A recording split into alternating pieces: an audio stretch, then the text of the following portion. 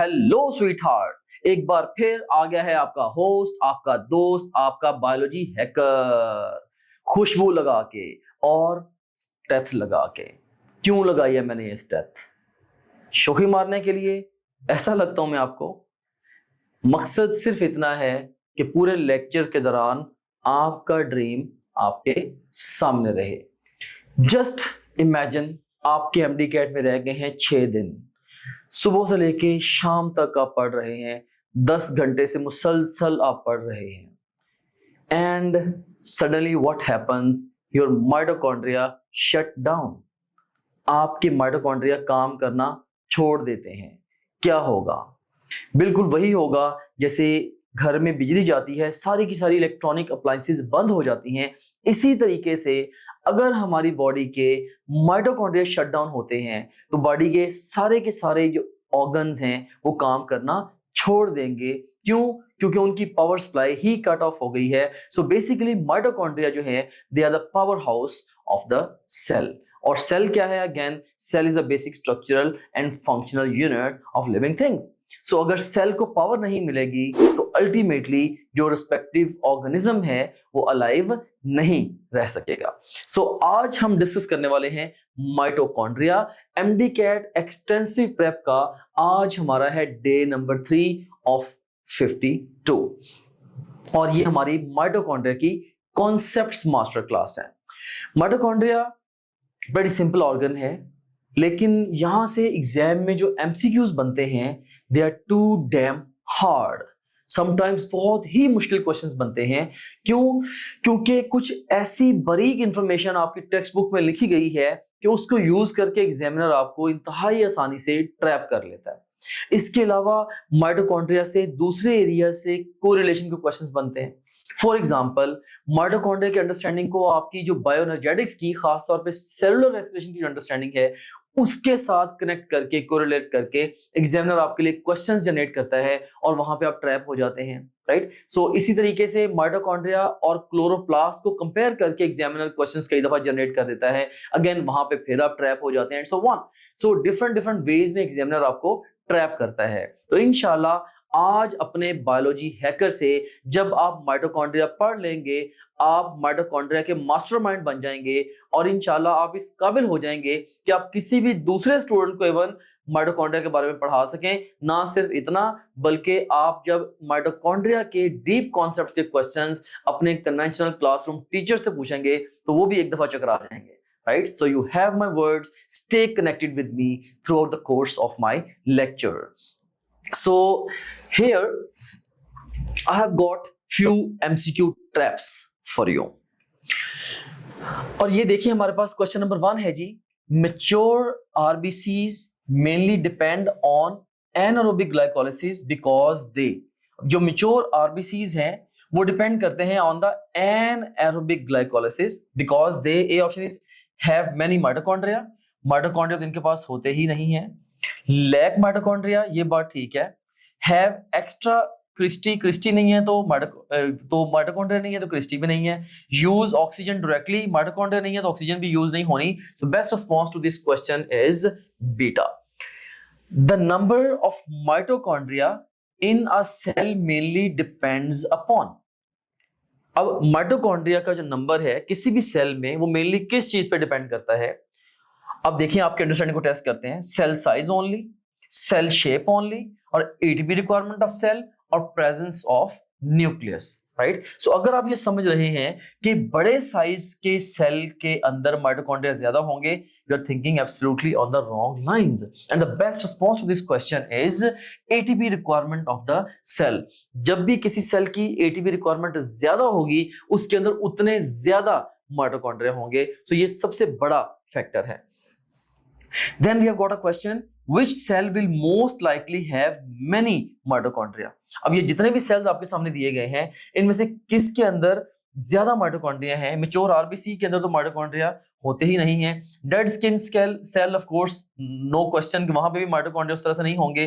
Cardiac muscle cell and bacterial cell, bacteria चूंकि prokaryote है इसमें भी नहीं होंगे। So best response to this question is cardiac muscle cell. वैसे भी कार्डियक मसल के जो सेल्स हैं they are metabolically very active sales.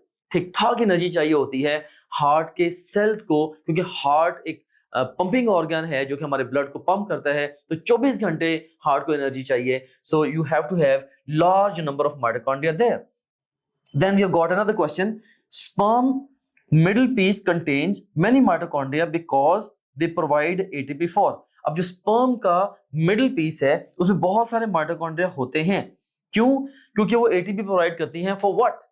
Head formation? No, head formation के लिए ATP तो प्रोवाइड नहीं करते, टेल मूवमेंट के लिए प्रोवाइड करते हैं, DNA रेप्लिकेशन और इवन एक्रोसोम रिएक्शन वगैरह, इनके साथ भी कोई खतरा का माइटोकॉन्ड्रिया के डायरेक्ट रेलेवेंस नहीं है। सो बेस्ट रिस्पांस इस क्वेश्चन का होगा tail movement. Don't worry if you are attempting these questions and you are getting them wrong. Of course examiner इसी तरीके से आपको एग्जाम में ट्रैप करेगा, लेकिन मैं आपको अभी आगे चल के जब ये पूरा टॉपिक पढ़ाऊंगा तो यही क्वेश्चंस जो आपको इस स्टेज पे मुश्किल लग रहे हैं ये बहुत ही आसान लगने लग जाएंगे। Then we have got another question. Brown fat cells contain many mitochondria mainly for। अब ब्राउन फैट सेल्स के अंदर बहुत सारे माइटोकॉन्ड्रिया मेनली किस मकसद के लिए होते हैं? Protein synthesis. प्रोटीन सिंथेसिस के लिए तो राइबोसोम्स होते हैं, absolutely out of question. So heat production, yes, ये कंसीडरेबल आंसर हो सकता है। ब्लड क्लॉटिंग के साथ भी डायरेक्टली माइटोकॉन्ड्रिया का कोई रेलेवेंस नहीं है, और फोटोसिंथेसिस के साथ भी माइटोकॉन्ड्रिया का कोई ताल्लुक नहीं है। So best response to this question would be beta heat production. So ये कुछ MCQ ट्रैप से, सो डिफरेंट वेज में एग्जामिनर आपको एग्जाम में ट्रैप करता है। Alright, so let's start off our discussion with mitochondria. So first of all I would like to introduce you to mitochondria. Mitochondria is the powerhouse of the cell। इस line से मुझे याद आ गए हैं मेरे एक उस्ताद मोहतरम professor doctor Ghulam Ahmad, he is no more, may his soul rest in peace। I still remember जिस दिन उन्होंने हमें क्लास में, MBBS की क्लास में माइटोकॉन्ड्रिया का लेक्चर दिया था, तो उस दिन उन्होंने आके एक बड़े पर्टिकुलर वे में एक लाइन बोली थी अबाउट माइटोकॉन्ड्रिया, एंड वो एज सच मेरे माइंड में रिपीट हो गई है अभी जब मैंने ये लाइन पढ़ी है। उन्होंने कहा था ही वाज टू ओल्ड, और उनका एक बड़ा पर्टिकुलर सा अंदाज था बोलने का। उन्होंने कहा था कि mitochondria is the power house of the cell, right? So इससे आप हमेशा याद रख लेना ये power house of the cell है। ऑलराइट, सो इसमें अब नेक्स्ट हम बात करते हैं जी माइटोकॉन्ड्रिया की लोकेशन की। So floating in the cytoplasm of the eukaryotic cells. So mitochondria जो है ये सिर्फ और सिर्फ यूकैरियोटिक सेल्स के साइटोप्लाज्म में फ्लोटिंग होंगे, जिसका ये मतलब भी हुआ कि जो प्रोकैरियोटिक सेल्स हैं, प्रोकैरियोटिक सेल्स में सारे मेम्ब्रेन बाउंड ऑर्गेनेलीज की तरह माइटोकॉन्ड्रिया भी एब्सेंट होंगे, राइट? अब मेरा एक क्वेश्चन है, क्या माइटोकॉन्ड्रिया वाले जो फंक्शंस हैं ये प्रोकैरियोटिक सेल्स में या से may be more specifically bacterial cells में परफॉर्म होंगे या हो सकते हैं? Answer is yes. ये एक इंपॉर्टेंट जनरलाइजेशन है। हर वो काम जो किसी भी यूकैरियोटिक सेल में कोई पर्टिकुलर मेम्ब्रेन बाउंड ऑर्गेनेली करता है, वो काम प्रोकैरियोटिक सेल्स में भी हो सकता है। थ्योरेटिकली ये पॉसिबल है, लेकिन फर्क इतना होगा कि उस काम के लिए वहां पे स्पेसिफिक मेम्ब्रेन बाउंड ऑर्गेनेली नहीं होगा, बल्कि उस पर्टिकुलर काम के जो डिफरेंट एंजाइम्स होंगे they would be either dissolved in the cytoplasm, या फिर वो जो बैक्टीरियल सेल मेम्ब्रेन है उसके साथ लिंक्ड होंगे। सो काम वहां पे होगा। से फॉर एग्जांपल मैं कहता हूं क्या बैक्टीरिया में क्रेब्स साइकिल होगा, जो कि माइटोकॉन्ड्रिया का एक फंक्शन है? आंसर इज होगा। क्या बैक्टीरिया में इलेक्ट्रॉन ट्रांसपोर्ट चेन होगी। बैक्टीरिया में एरोबिक रेस्पिरेशन होगी। सो वो सारे काम जो कि माइटोकॉन्ड्रिया करता है वो बैक्टीरिया के अंदर भी हो सकते हैं। फर्क सिर्फ इतना है कि वहां पे enzymes they would be either dissolved in the cytoplasm और they would be linked to the membranes, right? So यहां से एग्जामिनर कई दफा ट्रिकी क्वेश्चन जनरेट कर लेता है कि आपको पता है कि माइटोकॉन्ड्रिया यूकैरियोटिक सेल्स में है, प्रोकैरियोटिक सेल्स में नहीं है, तो वो कहता है जी बताएं इलेक्ट्रॉन ट्रांसपोर्ट चेन माइटोकॉन्ड्रिया में, उसमें बैक्टीरिया में हो सकती है या नहीं हो सकती, एंड सो ऑन। सो यहां से आपने ट्रैप नहीं होना, राइट? सो जनरलाइजेशन मैंने आपको ऑलरेडी दे दी है, वंस अगेन रिपीट कर देता हूं। ये ना सिर्फ माइटोकॉन्ड्रिया के लिए बल्कि सारे के सारे जो मेम्ब्रेन बाउंड ऑर्गेनेलीज हैं उन सब के लिए ये बात ठीक है। हर वो काम जो कि कोई भी मेम्ब्रेन बाउंड ऑर्गेनेली करेगा इन अ यूकैरियोटिक सेल, वो प्रोकैरियोटिक सेल्स में हो सकता है। फर्क सिर्फ इतना होगा कि उस रिस्पेक्टिव काम के जो एंजाइम्स हैं they would be either dissolved in the cytoplasm और they would be linked to the bacterial cell membrane, लेकिन काम वहां पे होगा। Alright, so next we have got the another point, mature RBCs they have no mitochondria। अब जो mature red blood cells हैं इनमें mitochondria नहीं होते, this is a paradox। यानी कि जो न्यूली फॉर्म्ड आरबीसीज हैं मे बी या जो इमेच्योर आरबीसीज हैं उनमें हो भी सकते हैं, लेकिन जो मैच्योर रेड ब्लड सेल्स हैं उनके अंदर माइटोकॉन्ड्रिया नहीं होते। So they depend mainly on anaerobic glycolysis. So energy needs तो आरबीसीज की भी हैं, सो मेनली वो किस पे डिपेंड करेंगे अपनी एनर्जी नीड्स के लिए? एनारोबिक ग्लाइकोलाइसिस पे डिपेंड करेंगे। जैसे मैंने आपसे भी अर्लियर ऑन एक क्वेश्चन भी पूछा था, सो आरबीसीज के अंदर, मैच्योर आरबीसीज के अंदर माइटोकॉन्ड्रिया नहीं होते, दे would be dependent on the anaerobic glycolysis. और ऑल्दो जो मैच्योर आरबीसीज हैं वो हमारे अंदर होते हैं, हम यूकैरियोट्स हैं, लेकिन आरबीसीज के अंदर न्यूक्लियस भी नहीं होता और माइटोकॉन्ड्रिया भी नहीं होते और मेम्ब्रेन बाउंड ऑर्गेनेलिज भी नहीं होते, right. So anyways once again जो आरबीसीज होंगे they would be dependent on the anaerobic glycolysis for their energy needs. Then we have got the shape, size and number।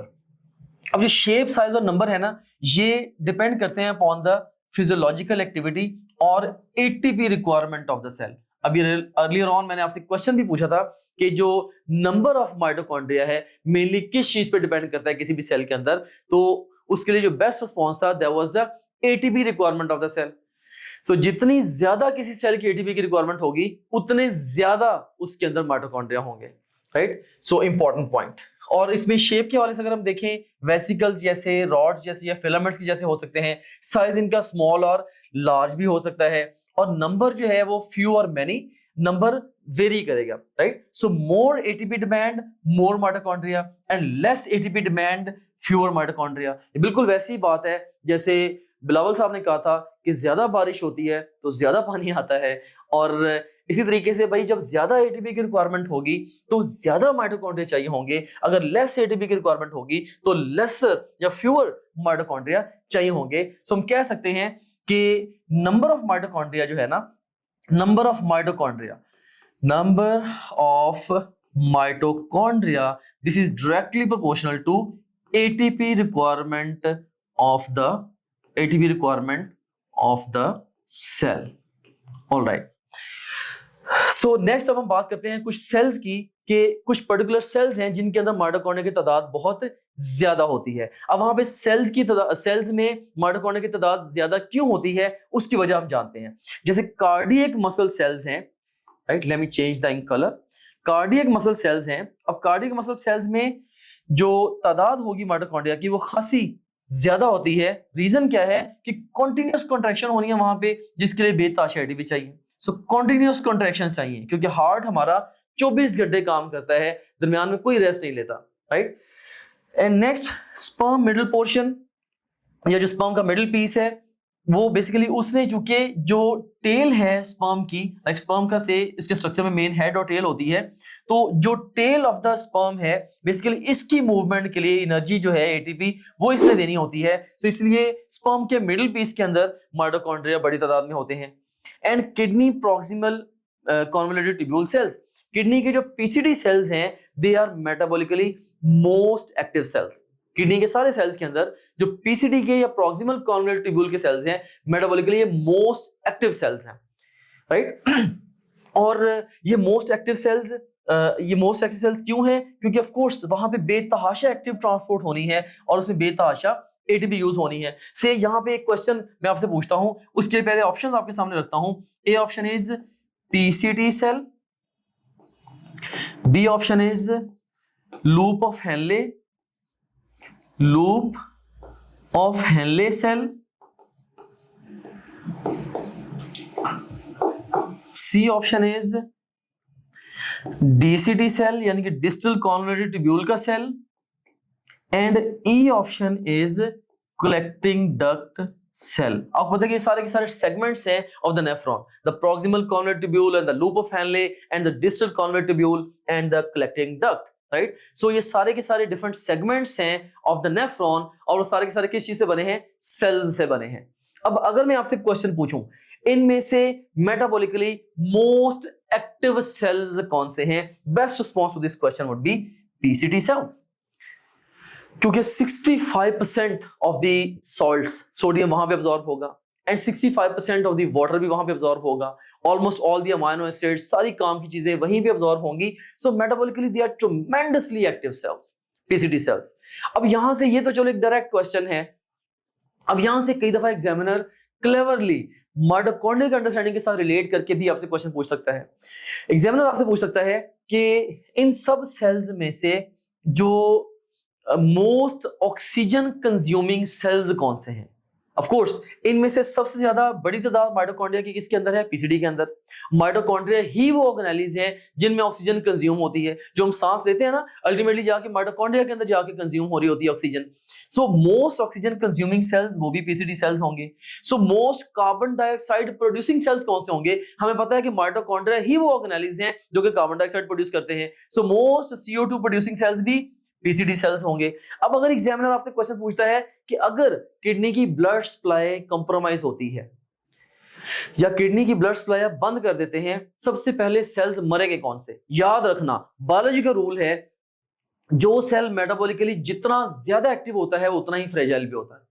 सो अगर हम ब्लड सप्लाई इसकी compromise करते हैं किडनी की, तो सबसे पहले जिनकी डेथ होगी वो भी पीसीडी सेल्स ही होंगे। Metabolically most active cells, they are more prone to get injured और die because of the ischemia, right. सो ये देखें, ये सिंपल सा एक फैक्ट था। किडनी के पीसीडी सेल्स वहां पे एक्टिव ट्रांसपोर्ट चाहिए होती है और बेताशाइटी भी चाहिए होती है, लेकिन समटाइम्स इसकी अंडरस्टैंडिंग को नेफ्रॉन की अंडरस्टैंडिंग के साथ रिलेट करके भी एग्जामिनर आपसे क्वेश्चंस पूछ सकता है। And then liver cells, liver तो है ही मेटाबॉलिकली बहुत एक्टिव। सो यहाँ पे बेतहाशा मेटाबॉलिक एक्टिविटी है। लिवर कितना एक्टिव है इसका अंदाजा आप यहां से लगा लें कि दुनिया की जो सबसे बड़ी केमिकल फैक्ट्री है ना, उसमें भी एक टाइम पे इतने रिएक्शंस नहीं हो रहे होते जितने लिवर के एक सेल में, सिर्फ एक सेल में एक टाइम पे हो रहे होते हैं। सो अल्लाह ताला ने कितनी पावरफुल मशीनरी बनाई है लिवर। सो मेटाबॉलिकली ट्रेमेंडसली एक्टिव। फिर वर्किंग जो मसल फाइबर्स होते हैं, यहाँ पे वर्ड यूज किया गया है वर्किंग मसल फाइबर्स, यानी कि वो मसल फाइबर्स जो कि काम कर रहे हैं, जो कॉन्ट्रैक्ट रिलैक्स कर रहे हैं। So ATP must be supplied near myofibrils. So basically जो ना वर्किंग मसल फाइबर्स के अंदर भी बेताशा एटीपी चाहिए होती है, क्योंकि जो एक्सरसाइजिंग स्केलेटल मसल है उसकी एनर्जी की रिक्वायरमेंट बहुत ज्यादा होती है। Alright, and brown fat cells, इनके अंदर भी बहुत सारे माइटोकॉन्ड्रिया होते हैं और वो जो माइटोकॉन्ड्रिया है they help in the heat production. Heat production में जो ब्राउन फैट सेल्स के माइटोकॉन्ड्रिया है वो हेल्प करते हैं। अर्लियर ऑन मैंने आपसे एक एमसीक्यू भी पूछा था कि ब्राउन फैट सेल्स के अंदर माइटोकॉन्ड्रिया का क्या रोल होता है, answer was heat production. Alright, so इससे पहले कि हम माइटोकॉन्ड्रिया को फर्दर डिस्कस करें, अब जो अपकमिंग एरिया है जो मैं आपको पढ़ाने वाला हूं रिगार्डिंग माइटोकॉन्ड्रिया, उससे रिलेटेड भी कुछ इंपॉर्टेंट एमसीक्यू ट्रैप्स हैं। मेरा मकसद हमेशा ट्रैप्स को सामने लेके आने का ये होता है, या आपको पढ़ाने से भी पहले क्वेश्चंस पूछने का मकसद ये होता है कि मैं आपको ये रियलाइज करवा सकूं कि एग्जामिनर आपको कैसे फंसाएगा, कैसे आपकी जो हैबिचुअल थिंकिंग है वो एग्जाम में आपके मार्क्स लूज होने का बायस बनेगी, राइट। सो ये एमसीक्यू ट्रैप्स कुछ हम डिस्कस करते हैं। So again we have got question number 1, iron containing proteins in mitochondria are: A option is F1 particles, B is cytochromes, C is Christie and D is matrix enzymes। इसमें अगर आप सोच रहे हैं F1 particles, this is the most common wrong answer and Christie is the second most common wrong answer। ठीक है, matrix enzymes तो possible ही नहीं है। cytochromes is the best response to this question। अभी आगे चल के हम डिटेल से डिस्कस भी करते हैं। enzymes of Krebs cycle are associated with, outer membrane के साथ तो नहीं जुड़े होते enzymes of Krebs cycle, inner membrane के साथ भी नहीं जुड़े होते, माइटोकॉन्ड्रियल मैट्रिक्स में प्रेजेंट होते हैं Krebs cycle के एंजाइम, सो क्रिस्टी ल्यूमेन में भी नहीं होते। Best response would be mitochondrial matrix. उसके बाद फिर electron transport chain takes place at, mitochondrial matrix में तो Krebs cycle होता है, और साइटोक्रोम्स, यस साइटोक्रोम्स ही वो साइट है जहां पे electron transport chain carry out हो रही होती है। So this is the best response. Outer membrane भी इसका आंसर नहीं हो सकता, एंड इनर माइटोकॉन्ड्रियल मेम्ब्रेन हम इसको तब आंसर करते अगर साइटोक्रोम्स लिस्ट में मौजूद ना होता। क्योंकि साइटोक्रोम लिस्ट में मौजूद है इसलिए हमने साइटोक्रोम को पिक करना है, इनर माइटोकॉन्ड्रियल मेम्ब्रेन को हमने पिक नहीं करना। मे बी ये एक ओके आंसर है to this question, but this is the best answer. And exam में हमारा जॉब क्या होगा, हमने बेस्ट आंसर को पिक करना है। और हमने क्यों साइटोक्रोम्स को पिक किया, क्यों हमने इनर माइटोकॉन्ड्रियल मेम्ब्रेन को पिक नहीं किया, ये हम आगे चल के डिस्कस करेंगे।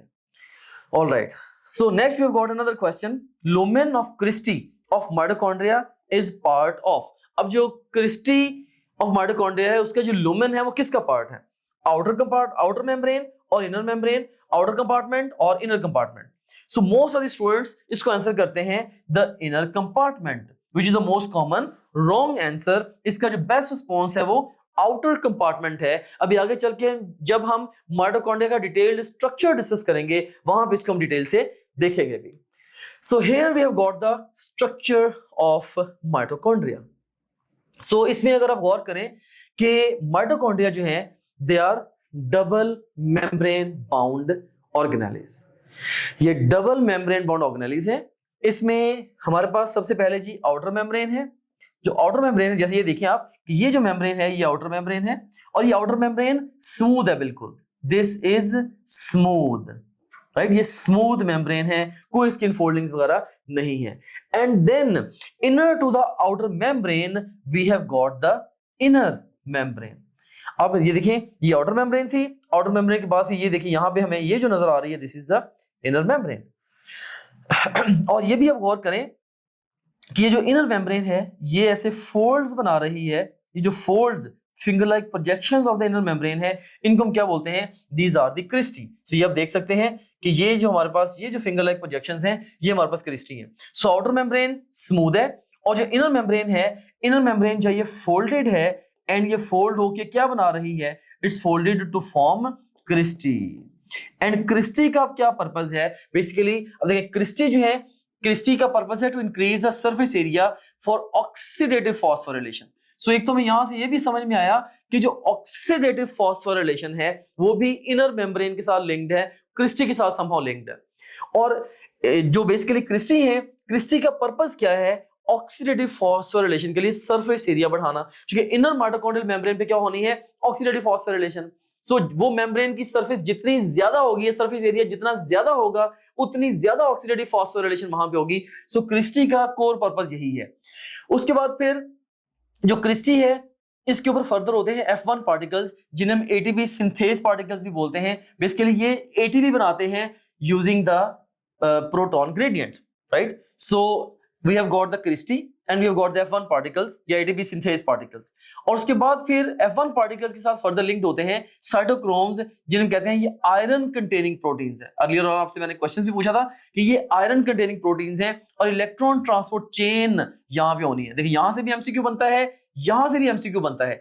एटीपी सिंथेज F1 पार्टिकल्स इसके लिए हम अल्टरनेटिवली यूज करते हैं। सो यहाँ पे यहां से भी एमसीक्यू बनता है और यहां से भी एमसीक्यू बनता है कि क्रिस्टी जो है इसने सरफेस एरिया इंक्रीज करना है, किस मकसद के लिए? ऑक्सीडेटिव फॉस्फोरिलेशन के लिए। सो जितने मैंने सर्कल्स लगाए हैं बेसिकली सारे के सारे क्या हैं? ये एमसीक्यूज हैं। सो सिंपली अगर मैं आपको बताऊं कि हमारे पास देखिए जो इनर मेम्ब्रेन है ना, जो इनर माइटोकॉन्ड्रियल मेम्ब्रेन है, इनर माइटोकॉन्ड्रियल मेम्ब्रेन। अब बेसिकली इनर माइटोकॉन्ड्रियल मेम्ब्रेन चाहिए फोल्ड होके क्या बनाती है? क्रिस्टी। अब क्रिस्टी जो है इसका क्या काम है? सरफेस एरिया को इंक्रीज करना। और जो क्रिस्टी है इसके ऊपर क्या प्रेजेंट है? F1 पार्टिकल्स जिनको हम एटीपी सिंथेस पार्टिकल्स भी बोलते हैं। और इनके साथ फर्दर क्या लिंक्ड है? इसका लिंक्ड है जी साइटोक्रोम्स। और साइटोक्रोम्स ही वो साइट है जिसने जहां पे electron transport chain carry out होनी है। सो यहाँ पे डायग्राम पे भी समझा देता हूं मैं आपको, जस्ट ग्राफिकली आपको बताऊंगा। जस्ट देखिए ये हमारे पास क्या है? ये है जी, ये हमारे पास ये येलो कलर की जो ड्रॉन है ये आउटर मेम्ब्रेन है, राइट? और फिर यहाँ पे हमारे पास ये जो है ये वाली जो है ये इनर माइटोकॉन्ड्रियल मेम्ब्रेन है। और इनर माइटोकॉन्ड्रियल मेम्ब्रेन को अगर आप गौर करें, इनर माइटोकॉन्ड्रियल मेम्ब्रेन की जो फिंगर लाइक ये जो प्रोजेक्शंस हैं दीज आर दी क्रिस्टी। अब क्रिस्टी के ऊपर होते हैं F1 पार्टिकल्स, ये जैसे F1 पार्टिकल्स आ गए। और इन ये नॉब लाइक स्ट्रक्चर्स हैं। F1 पार्टिकल्स के ऊपर क्या होते हैं? साइटोक्रोम्स होते हैं। So we have got this inner membrane and उसके फोल्ड्स के इनफोल्डिंग के तौर पे क्रिस्टी के ऊपर F1 पार्टिकल्स के ऊपर क्या? साइटोक्रोम्स। और इलेक्ट्रॉन ट्रांसपोर्ट चेन कहां पे होती है? साइटोक्रोम्स पे होती है। अब जस्ट इमेजिन करें, एग्जामिनर आपसे क्वेश्चन पूछता है कि where does the electron transport chain take place? इसमें देखें ए ऑप्शन में कहते हैं जी इनर माइटोकॉन्ड्रियल मेम्ब्रेन,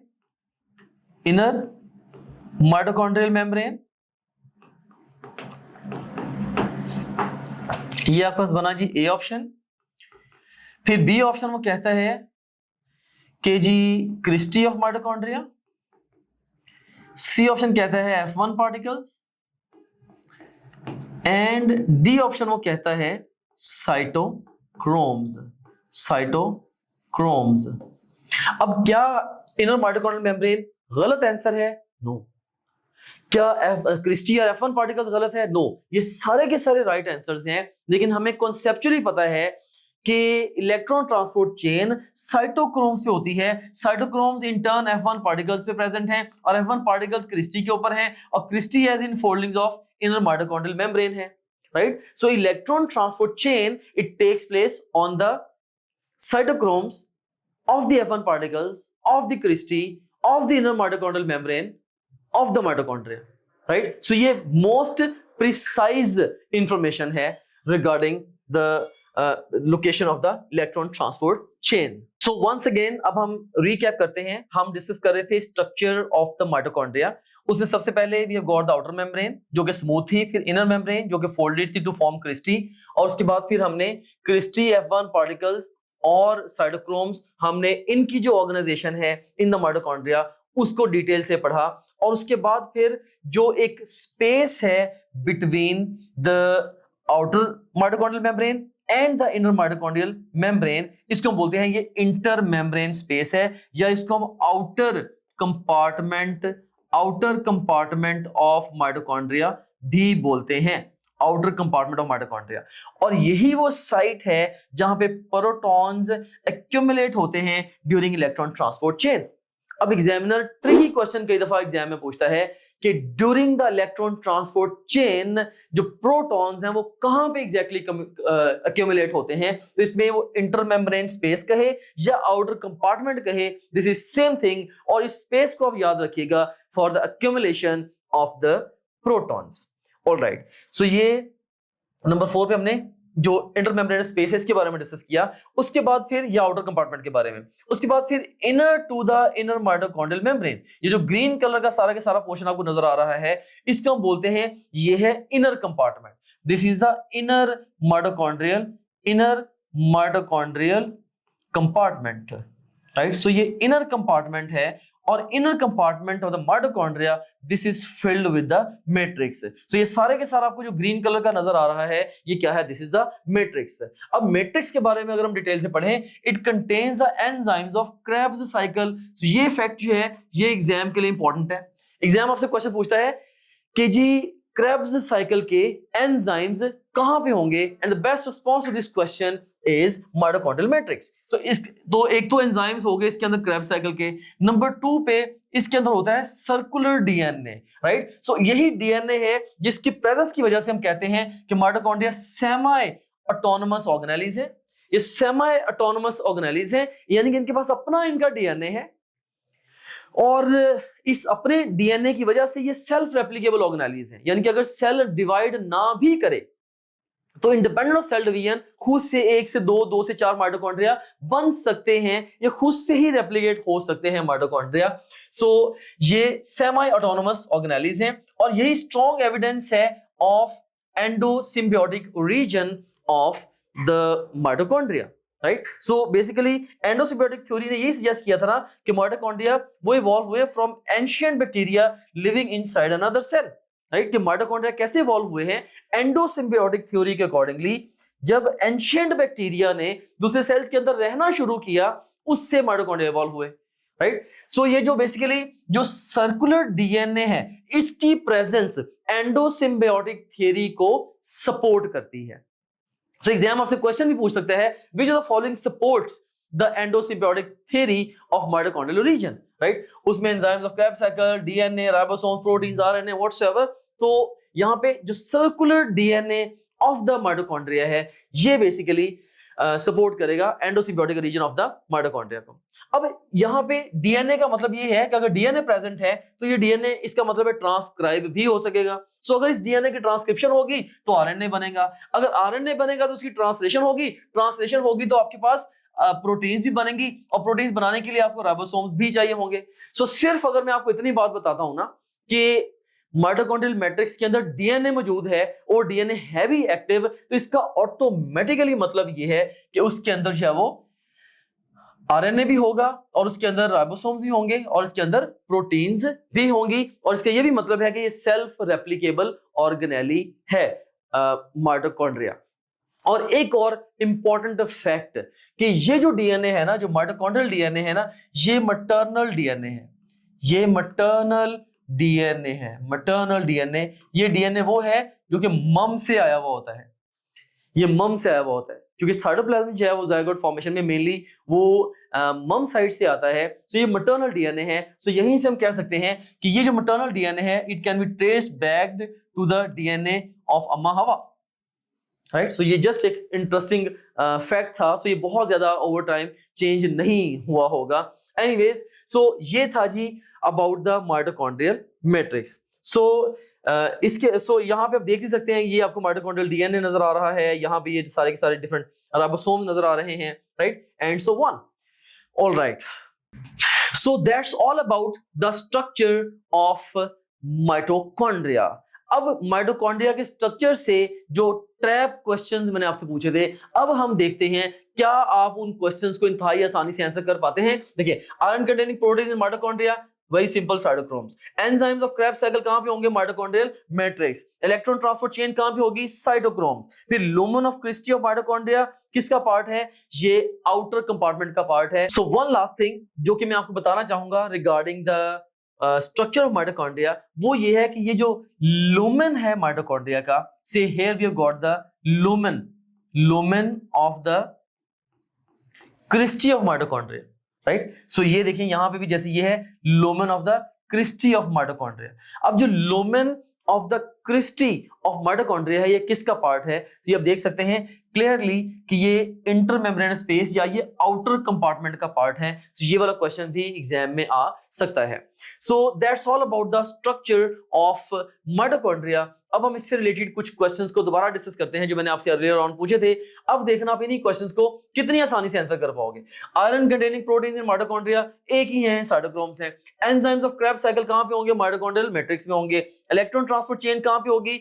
ये होगी साइटोक्रोम्स के ऊपर। And lumen of cristae of mitochondria is part of, तो हम अभी देख के आए हैं ये आउटर कंपार्टमेंट का पार्ट है। तो देखिए वही क्वेश्चन जो आपको इस स्ट्रक्चर को डिस्कस करने से पहले मुश्किल लग रहे थे, अब आपके लिए पीस ऑफ केक है। You can answer them in seconds, right. So biology में इंफॉर्मेशन को ऑर्गेनाइज करना अपने ब्रेन में, इट्स इनक्रेडिबली इंपॉर्टेंट। सो मैंने क्या किया, देखें, मैंने इस डायग्राम के थ्रू जितने भी इंपॉर्टेंट फैक्ट्स थे आपकी टेक्स्ट बुक में गिवन, जो कि एमडी कैट के पॉइंट ऑफ व्यू से इंपॉर्टेंट थे, वो सारे के सारे मैंने सम अप कर दिए हैं। सो इवन इस डायग्राम से अब आप बीसीओ क्वेश्चंस खुद ही बना सकते हैं। ऑलराइट, सो इससे पहले कि अब हम नेक्स्ट एरिया ऑफ माइटोकॉन्ड्रिया पे मूव करें, again conventionally I would like to ask you questions. Lipid metabolism is the function of, A option is mitochondria, B option is Golgi apparatus, C option is rough endoplasmic reticulum, D option is smooth endoplasmic reticulum. अब अगर आप इस question का answer कर रहे हैं mitochondria, this is wrong. आप सोच रहे होंगे हम माइटोकॉन्ड्रिया पढ़ रहे हैं तो इसका आंसर माइटोकॉन्ड्रिया ही होगा ना, राइट। सो भाई नहीं है, इसका आंसर जो है that is smooth endoplasmic reticulum. जो लिपिड मेटाबॉलिज्म है ये किसका फंक्शन है? ये स्मूथ एंडोप्लाज्मिक रेटिकुलम का फंक्शन है। अब यहां पे एक और क्वेश्चन आता है, fatty acid metabolism takes place at. अब इस क्वेश्चन के लिए smooth endoplasmic reticulum is the most common, wrong answer. यहां से बच्चे एग्जाम में फंसते हैं, यहां से गलती करते हैं कि वो जब पढ़ लेते हैं ना स्मूथ एंडोप्लाज्मिक रेटिकुलम के अंदर कि जी लिपिड मेटाबॉलिज्म वहां पे होना है, तो जो फैटी एसिड्स हैं उनका जो मेटाबॉलिज्म है वो कहते हैं वो भी कहां पे होगा? स्मूथ एंडोप्लाज्मिक रेटिकुलम पे होगा। तो यहां से वो एग्जाम में गलती कर जाते हैं। एग्जामिनर को पता है आपकी इस हैबिचुअल थिंकिंग का, तो यहां से क्वेश्चन जनरेट करके आपसे वो गलती करा लेता है। एग्जामिनर की कोशिश ही ये होती है कि आपसे उसने गलती करवानी है। हर एमसीक्यू इस नजरिए से जनरेट करता है कि कुछ ना कुछ परसेंटेज ऑफ स्टूडेंट्स लाजमी तौर पे इसको गलत करें, मे बी 50, 60, 70, 80% तक स्टूडेंट्स इस क्वेश्चन को गलत अटेम्प्ट करें, राइट। तभी तो उसने वो एमसीक्यू एग्जाम में दिया हुआ होता है। And you have to be careful. जो इन्फॉर्म्ड बच्चे होते हैं, प्रिपेयर्ड बच्चे होते हैं, जो हैबिचुअल थिंकर्स नहीं होते बल्कि जिन्होंने अपने आप को रिफाइन किया होता है, अपने नॉलेज को रिफाइन किया हुआ होता है, वो फिर इन ट्रैप क्वेश्चन से बच पाते हैं। सो बेस्ट रिस्पॉन्स इस क्वेश्चन का क्या होगा? That would be mitochondria.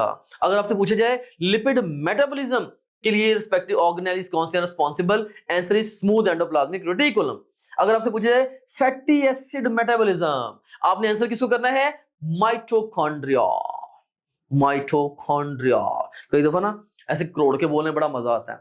वो जैसे मुझे याद आया कि एक दफा एक था, वो मौलवी था, तो वो जाता है जी पंसारी की दुकान पे, और वहां जाके वो कहता है जी मुझे आधा लीटर शीर रॉ दे दे। तो पंसारी कहता है जी मौलवी साहब हमारे पास है तो सही, लेकिन इतना गाढ़ा नहीं है, इतना गाढ़ा नहीं है। सो माइटोकॉन्ड्रिया इस स्पेशल प्रोनाउंसिएशन से मुझे याद आ गया। Anyways, now let's talk about the functions of mitochondria. So overall एक तो फंक्शन देखेंगे ATP formation via aerobic respiration, ये बिगर पिक्चर फंक्शन है माइटोकॉन्ड्रिया का। एरोबिक रेस्पिरेशन के जरिए एटीपी बनाना किसका काम है, माइटोकॉन्ड्रिया का। तो एग्जाम में ये क्वेश्चन ऐसे भी आ सकता है कि एरोबिक रेस्पिरेशन के लिए कौन सा ऑर्गेनेली रिस्पॉन्सिबल है, तो overall mitochondria this is responsible for the aerobic respiration, to be more specific ATP production via aerobic respiration. उसके बाद फिर पायरुवेट ऑक्सीडेशन, यानी कि पायरुवेट से एसिटल कोए का बनना। बड़े सारे बच्चे रॉन्गली ये सोचते हैं कि ये काम साइटोप्लाज्म में होता है, याद रखना ये काम माइटोकॉन्ड्रियल मैट्रिक्स में होता है, don't make a mistake. Krebs cycle produces NADH2 and FADH2, right? So Krebs cycle basically ये कहां पे होगा, जिसके दौरान NADH2 और FADH2 भी प्रोड्यूस होंगे। Answer is again mitochondrial matrix.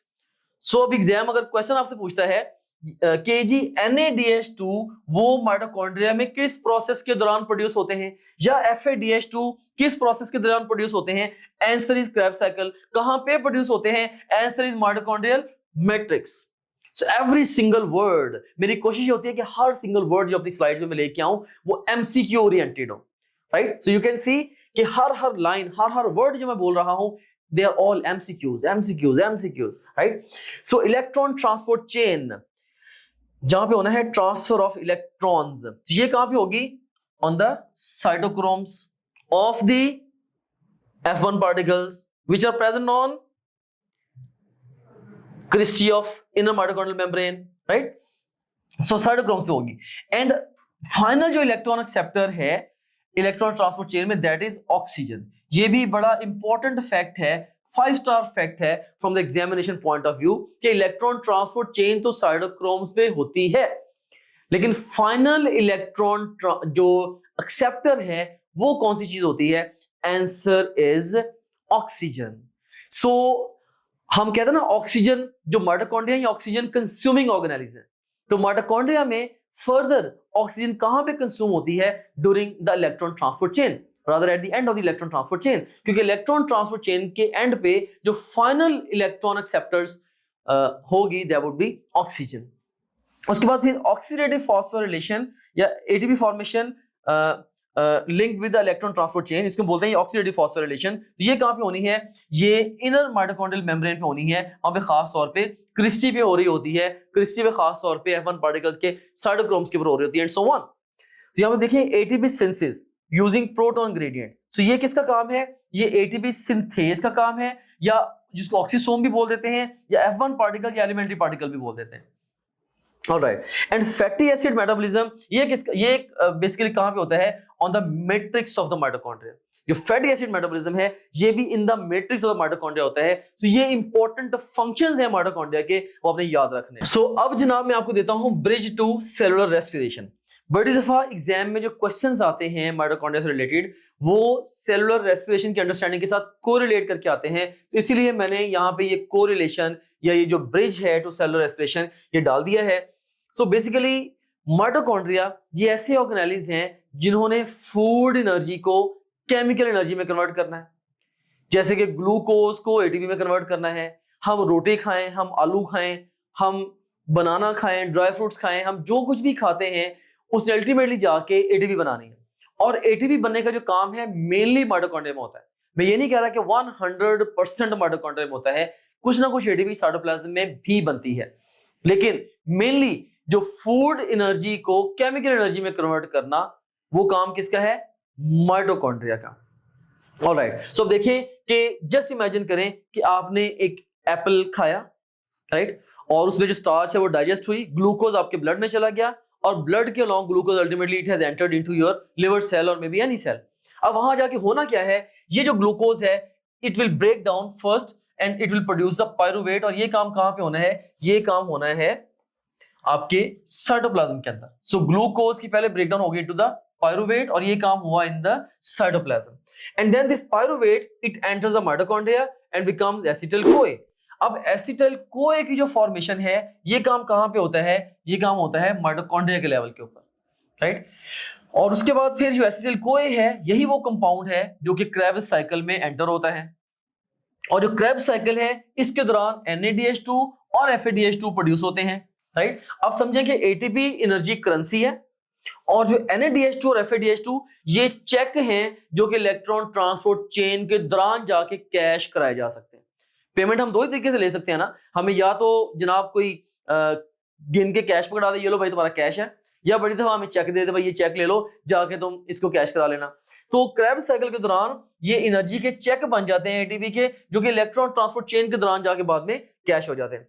NADH2 and FADH2 they give electrons two electron transport chain, इनके पास इलेक्ट्रॉन्स होते हैं, वो इलेक्ट्रॉन ट्रांसपोर्ट चेन को देते हैं। इलेक्ट्रॉन ट्रांसपोर्ट चेन जो है फिर वो क्या करती है, वो इस एनर्जी को यूज करते हुए प्रोटॉन ग्रेडियंट यूज करती है, और जो प्रोटॉन्स हैं बेसिकली मैट्रिक्स से इस एनर्जी को यूज करते हुए मैट्रिक्स से चले जाते हैं in the outer compartment in the intermembranous space, और वहां पे इस तरह से प्रोटॉन का ग्रेडियंट बिल्ड होता है, और जब वो प्रोटॉन वापस आते हैं इनटू द माइटोकॉन्ड्रियल मैट्रिक्स, तो ATP सिंथेज उनसे रिलीज होने वाली एनर्जी को यूज करके क्या करता है, ADP और फॉस्फेट को कंबाइन करके ATP बना देगा। सो इस तरीके से एनर्जी ATP जनरेट हो रही होती है इन द माइटोकॉन्ड्रिया। इसकी जो डिटेल है इंशाल्लाह वो हम बायोएनर्जेटिक्स में सेलुलर रेस्पिरेशन में जाके पढ़ेंगे, लेकिन यहां पे बस इतना काफी है कि कुछ बेसिक इंफॉर्मेशन मैंने आपके माइंड में डाल दी है, इसको फिलहाल की घड़ी में आप याद रखें। And next we got another point, what happens during electron transport chain. अब इलेक्ट्रॉन ट्रांसपोर्ट चेन के दौरान एक्चुअली होता क्या है, इलेक्ट्रॉन्स मूव थ्रू साइटोक्रोम्स और प्रोटीन कॉम्प्लेक्सेस। अब इलेक्ट्रॉन ट्रांसपोर्ट चेन में जो साइटोक्रोम्स या प्रोटीन कॉम्प्लेक्सेस है ना, वो हाई टू लो एनर्जी के सीक्वेंस में अरेंज्ड होते हैं, राइट। तो इलेक्ट्रॉन्स जब वो हाई टू लो एनर्जी की डायरेक्शन में जा रहे होते हैं, हाई टू लो एनर्जी की डायरेक्शन में ऐसे जा रहे होते हैं, एंड ऑफ कोर्स जब हाई से लो एनर्जी सीक्वेंसेस के अंदर वो जाते हैं इलेक्ट्रॉन्स, तो हर स्टेप पे एनर्जी रिलीज करते हैं, and protons are pumped from the matrix into intermembranous space. अब उसी एनर्जी को यूज करके मैट्रिक्स से इंटरमेम्ब्रेनस स्पेस में वो जो प्रोटॉन्स में पंप कर दिए जाते हैं, एंड प्रोटॉन ग्रेडियंट इसके नतीजे में बन जाता है, एंड प्रोटॉन्स वो रिटर्न होते हैं थ्रू ATP सिंथेज। अब प्रोटॉन के वापस आने के लिए ATP सिंथेज के साथ उनका टाकरा होगा, और ATP सिंथेज की एक्टिविटी के नतीजे में क्या होगा, ATP प्रोड्यूस हो जाएगी। Alright, so here I have got few questions. If oxygen is absent in mitochondria, the electron transport chain stops because oxygen acts as. देखिए अगर ऑक्सीजन एब्सेंट होगी in mitochondria, electron transport chain stop होगी because oxygen acts as. तो हमने पढ़ा था already कि oxygen जो है ये फाइनल इलेक्ट्रॉन एक्सेप्टर के तौर पे काम करती है। सो इसमें देखिए फाइनल इलेक्ट्रॉन एक्सेप्टर वाला ऑप्शन जो हमारा बीटा ऑप्शन है, so best response to this question is beta. If electron transport chain is blocked by poison, ATP production decreases mainly because, अगर इलेक्ट्रॉन ट्रांसपोर्ट चेन ब्लॉक हो गई, अब ATP production बंद क्यों होगी या कम क्यों होगी? Glucose can not enter the cell, ऐसी बात तो नहीं है। Proton gradient is not properly form. अब देखिए जब ATC ब्लॉक हो गई तो इलेक्ट्रॉन ट्रांसपोर्ट चेन की वजह से ही तो प्रोटॉन ग्रेडियंट बिल्ड हो रहा था। जब इलेक्ट्रॉन ट्रांसपोर्ट चेन ब्लॉक हो गई तो प्रोटॉन ग्रेडियंट प्रॉपर्ली नहीं बनेगा, सो यही बेस्ट रिस्पांस है। क्रेब्स साइकिल प्रोड्यूसेस मोर ATP, बिल्कुल गलत है। राइबोसोम स्टॉप वर्किंग, इसका भी कोई चक्कर नहीं है, totally irrelevant. If proton gradient collapses, ATP synthesis decreases because ATP synthase needs. क्या ATP सिंथेसिस को क्या चाहिए? देखिए ना, अगर प्रोटॉन ग्रेडियंट कोलैप्स कर जाए ATP सिंथेसिस कम हो जाएगी, क्योंकि ATP सिंथेज एंजाइम जिसने ATP बनानी है उसे क्या चाहिए? DNA टेम्पलेट चाहिए? नो। प्रोटॉन का फ्लो चाहिए? यस। प्रोटॉन का फ्लो होगा तो प्रोटॉन का ग्रेडियंट बिल्ड होगा, ग्रेडियंट बिल्ड होगा तो प्रोटॉन की एनर्जी जब वो ATP सिंथेज को मिलेगी, एनर्जी मिलेगी ATP सिंथेज को, उसको यूज करके वो ATP और फॉस्फेट को कंबाइन करके ATP बनवाएगा। So beta is the best response. Oxygen storage and crystallogram only, wrong answers. If the inner mitochondrial membrane becomes freely permeable to protons, ATP yield falls sharply due to। अब अगर जो inner mitochondrial membrane है वो freely permeable होगी, देखिए ना हम पढ़ रहे थे कि से हमारे पास ये आउटर माइटोकॉन्ड्रियल मेम्ब्रेन है और ये इनर माइटोकॉन्ड्रियल मेम्ब्रेन है, यहाँ पे हमारे पास प्रोटॉन्स हैं। अब बेसिकली प्रोटॉन्स यहाँ पे इकट्ठे होने थे, अगर ये जो मेम्ब्रेन है ये फ्रीली परमेबल हो गई तो अब ये जो प्रोटॉन ग्रेडियंट बिल्ड होता है ये ग्रेडियंट बिल्ड नहीं हो पाएगा। अब फर्दर हम देखते हैं, तो loss of proton gradient, of course this is best response. Increase in oxygen level बिल्कुल इररिलेवेंट है। मोर एडीएच एनएडीएच कैसे बन सकता है या मोर क्रेब्स साइकिल कैसे हो सकते हैं, totally out of question. So basically जो जब inner mitochondrial membrane freely permeable होगी ना टू प्रोटॉन्स, उससे प्रोटॉन ग्रेडियंट नहीं बन पाएगा, तो जिस वजह से आप कह रहे हैं कि जो एटीपी की यील्ड है वो शार्पली डिक्रीज हो जाएगी। Another question, if proton pumping is blocked during electron transport chain, which event will fail first? अब अगर ये जो पंपिंग है प्रोटॉन्स की, अगर ये ब्लॉक कर दी जाए किसी वजह से, राइट, तो अब कौन सा इवेंट जो सबसे पहले फेल होगा? Proton gradient development. Yes, this is the best response. Glycolysis के साथ इसकी कोई रेलेवेंस नहीं है। पायरुवेट फॉर्मेशन भी इससे बहुत पहले हो चुकी है। डीएनए रेप्लिकेशन के साथ डायरेक्ट इसका कोई भी रिलेशनशिप नहीं है। So best response to this question would be alpha. Alright, so यहाँ पे अब जो है ना मैंने कुछ क्वेश्चंस पूछे थे, अब ऐसे क्वेश्चंस को आंसर करने के लिए मैंने एक टेबल आपको दे दिया है। ये सॉर्ट ऑफ एक वेपन है जो कि एग्जाम में आपके काम आएगा इफ देन सिनेरियोस, राइट। सो देखिए मैं कैसे मजे मजे की चीजें आपके लिए लेके आ रहा हूं for sake of making your concepts clear. कभी मैं कोरिलेट्स लेके आ जाता हूं, कभी एमसीक्यूज लेके आ जाता हूं, राइट। सो यहाँ पे आज मैं लेके आया हूं इफ देन सिनेरियोस। सो ये भी इफ देन सिनेरियोस, ये आपके एमडीकैट हैकर ने ये जो टर्मिनोलॉजी है या ये जो टीचिंग टूल है आपके लिए डेवलप किया है, if then scenarios. If oxygen would be absent then electron transport chain will stop. If electron transport chain blocked by poison, ATP production will decrease. If proton gradient collapses, ATP synthesis will definitely decrease. If inner membrane becomes freely permeable to proton, definitely proton gradient build होगा, ATP yield will decrease. And proton pumping is blocked. If proton pumping is blocked, तो proton gradient जो है वो develop नहीं हो सकेगा, लिहाजा ATP production decrease हो जाएगी एंड सो ऑन। तो देखिए ये कुछ इफ देन सिनेरियोज हैं। अगर आप इन सिनेरियोज को ज़हन में रख लें तो इससे पहले जितना ही मैंने आपसे क्वेश्चंस पूछे थे आप इंतहाई आसानी के साथ आंसर कर पाएंगे। सो let's discuss the comparison of mitochondria versus chloroplast. ये कंपैरिजन हम क्यों यहाँ पे स्टडी करने लगे हैं?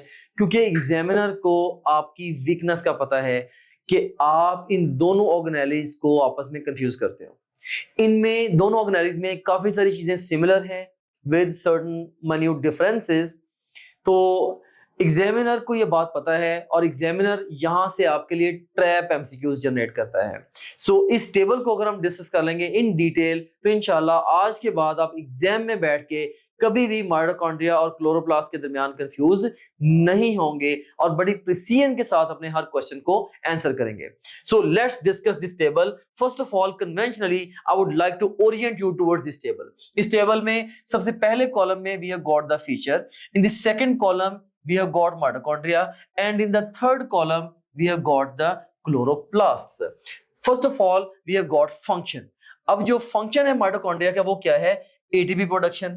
जबकि जो क्लोरोप्लास्ट है इनका जो प्राइमरी फंक्शन है दैट इज ग्लूकोज प्रोडक्शन। हम ये भी कह सकते हैं कि जो माइटोकॉन्ड्रिया है इन्होंने फूड एनर्जी को केमिकल एनर्जी में कन्वर्ट करना होता है, जबकि क्लोरोप्लास्ट ने क्या करना होता है? क्लोरोप्लास्ट ने लाइट एनर्जी को फूड एनर्जी में कन्वर्ट करना होता है, राइट। सो लाइट एनर्जी को फूड एनर्जी में कन्वर्ट करना होता है। फिर प्रोसेस की अगर बात करें तो माइटोकॉन्ड्रिया में सेलुलर रेस्पिरेशन होगी, जबकि जो क्लोरोप्लास्ट है they are responsible for photosynthesis. फिर लोकेशन के हवाले से माइटोकॉन्ड्रिया प्लांट और एनिमल दोनों सेल्स में होंगे, जबकि जो क्लोरोप्लास्ट है ये यूकैरियोटिक फोटोसिंथेटिक ऑर्गेनिजम्स में होंगे, यानी कि प्लांट्स एंड एल्गी के अंदर। उसके बाद अगर हम बात करें एनर्जी कन्वर्जन की तो फूड एटीपी में कन्वर्ट होगी इन माइटोकॉन्ड्रिया, जबकि लाइट केमिकल एनर्जी में कन्वर्ट होगी इन द क्लोरोप्लास्ट। और उसके बाद फिर पिगमेंट, माइटोकॉन्ड्रिया में ऐसा कोई भी पिगमेंट नहीं होता, जबकि क्लोरोप्लास्ट के अंदर क्लोरोफिल ग्रीन पिगमेंट होता है। तो ये यूनिक है टू द क्लोरोप्लास्ट। फिर रॉ मटेरियल्स, जो माइटोकॉन्ड्रिया रॉ मटेरियल्स यूज करता है for sake of carrying out the cellular respiration, they are the glucose and oxygen. जबकि जो क्लोरोप्लास्ट है ये फोटोसिंथेसिस कैरी आउट करने के लिए कार्बन डाइऑक्साइड, वाटर और सनलाइट को यूज करते हैं। फिर प्रोडक्ट्स जो हैं माइटोकॉन्ड्रिया की, ओवरऑल प्रोडक्ट्स कौन कौन सी हैं? ATP, carbon dioxide and water. जबकि जो प्रोडक्ट्स हैं फोटोसिंथेसिस की in the chloroplast, they are the glucose and the oxygen. उसके बाद फिर आप देखिए मेम्ब्रेन्स, दोनों ही जो ऑर्गेनेलीज हैं दोनों में डबल मेम्ब्रेन है, राइट। जो इनर मेम्ब्रेन है इन द माइटोकॉन्ड्रिया वो फोल्ड होकर क्रिस्टी बना रही होती है, जबकि inner to the inner membrane of the chloroplast we have got the thylakoids, जो कि इकट्ठे होकर स्टैक बना रहे हैं, जिसको हम ग्रेना का नाम देते हैं। ग्रेना में सिंगुलर, मल्टीपल को हम ग्रेना बोल देते हैं। फिर मैट्रिक्स या स्ट्रोमा, यहां से बच्चे कंफ्यूज होते हैं। याद रखना माइटोकॉन्ड्रिया में स्ट्रोमा नहीं होता, माइटोकॉन्ड्रिया में मैट्रिक्स होता है। M for matrix, M for mitochondria, ठीक है। माइटोकॉन्ड्रिया में मैट्रिक्स होगा, जबकि क्लोरोप्लास्ट के अंदर स्ट्रोमा होता है। कई दफा एग्जामिनर एक आई कैचर जनरेट करता है mitochondrial stroma. There is nothing like mitochondrial stroma. जो क्लोरोप्लास्ट का स्ट्रोमा होता है माइटोकॉन्ड्रिया का मैट्रिक्स होता है।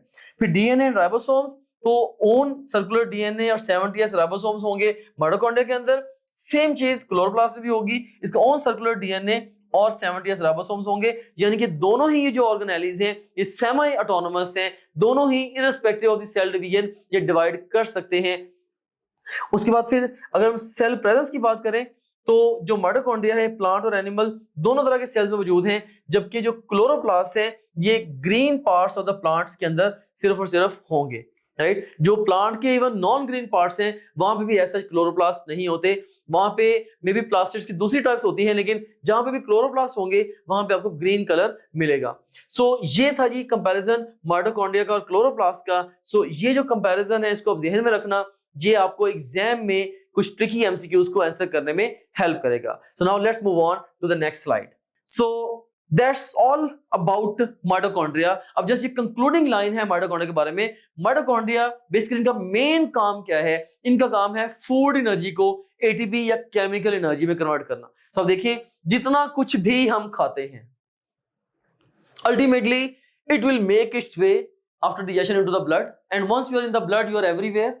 सो ब्लड से जो हमारे फूड कंपोनेंट्स हैं पूरी बॉडी के सेल्स में जाएंगे, और सेल्स के अंदर माइटोकॉन्ड्रिया में समहाउ वो जो उन प्रोडक्ट से फर्दर कुछ ना कुछ सेगमेंट्स माइटोकॉन्ड्रिया में जाएंगे, जैसे ग्लूकोज से पायरुवेट बन के माइटोकॉन्ड्रिया में चला जाएगा एंड सो ऑन। और फिर माइटोकॉन्ड्रिया में Krebs cycle and electron transport chain के जरिए क्या होगा? एटीपी प्रोड्यूस की जाएगी। So once again mitochondria, now you clearly see how they are the power house of the cell. अब आपने करना ये है कि अब आपने लेक्चर चूंकि सुन लिया है, मैंने आपके लिए बड़ा जबरदस्त टेस्ट बना के रखा है टॉप ग्रेड ऐप के अंदर। वहां पे आप जाएंगे, जाके आप एमडी कैट का जो एक्सटेंसिव प्रेप सेशन है वहां पे डे 3 का बायोलॉजी का जो टेस्ट है आप वो अटेम्प्ट करेंगे। 60 एमसीक्यूज का बड़ा जबरदस्त किस्म का मैंने टेस्ट वहां पे रखा है। एंड मैं ये उम्मीद करता हूं अगर आपने मेरे लेक्चर ध्यान से सुना है और इसके सारे इंपॉर्टेंट लेसन्स को ग्रैब किया है तो 100% क्वेश्चंस आप सही अटेम्प्ट करेंगे। सो अब जाके टेस्ट अटेम्प्ट करो और आपका जो स्कोर आए कमेंट्स में लिख के मुझे बताओ। सी यू सून, अल्लाह हाफिज।